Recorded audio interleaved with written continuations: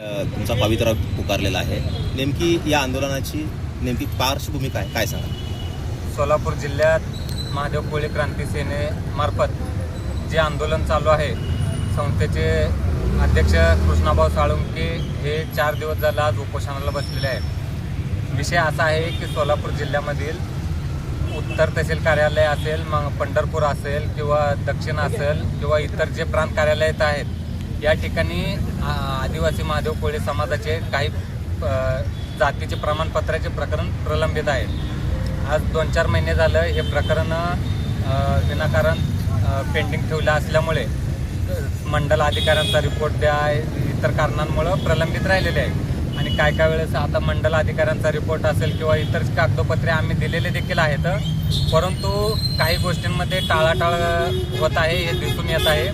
तरी आमची मागणी एवढीच आहे की आमचे जेवढे प्रकरण पेंडिंग आहेत लवकरात लवकर आमचे प्रकरण मंजूर होऊन आम्हाला तात्काळ दाखले मिळावे एवढंच आमचं.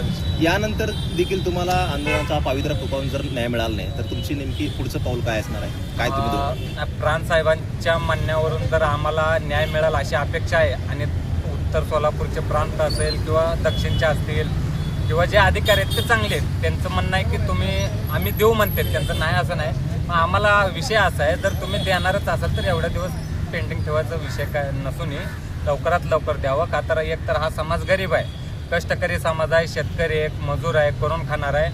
आणि 4-4, 5-5 दिवस लहान लेकरं घरोघर गावाकडे सोडून उपोषणाला बसणं आम्हालाही योग्य वाटत नाही आणि प्रशासनालाही धारेवर धरणं आम्हाला बी योग्य वाटत नाही. पण प्रशासनाने लवकरात लवकर दाखले द्यावे अशी मागणी आहे. समाजाला काय आव्हान करणार?